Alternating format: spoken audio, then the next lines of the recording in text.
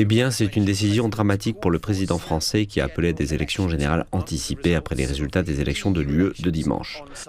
Après avoir procédé aux consultations prévues à l'article 12 de notre Constitution, j'ai décidé de vous redonner le choix de notre avenir parlementaire par le vote.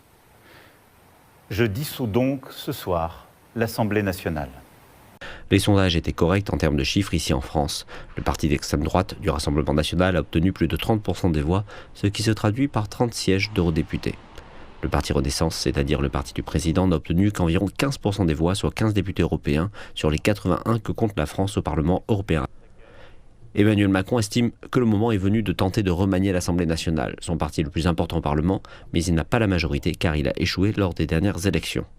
Il s'est efforcé de faire passer en force certaines législations pour tenter de s'appuyer sur les votes des autres partis en faveur de différentes politiques.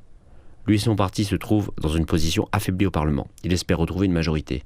Il lui faut plus de 289 députés pour obtenir cette majorité, mais il risque de perdre encore plus de sièges. Le Rassemblement national, dont la figure de proue la plus connue est Marine Le Pen, est le deuxième parti du Parlement. Il espère tenter de gagner la majorité.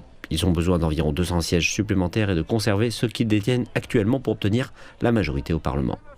Mais si l'on en croit les résultats des élections européennes et s'ils se traduisent au niveau national, le parti d'extrême droite du Rassemblement national pourrait bien devenir le plus grand parti ici au Parlement, ce qui pourrait conduire Marine Le Pen à devenir première ministre de la France. Cela placerait le président français dans une position extrêmement difficile.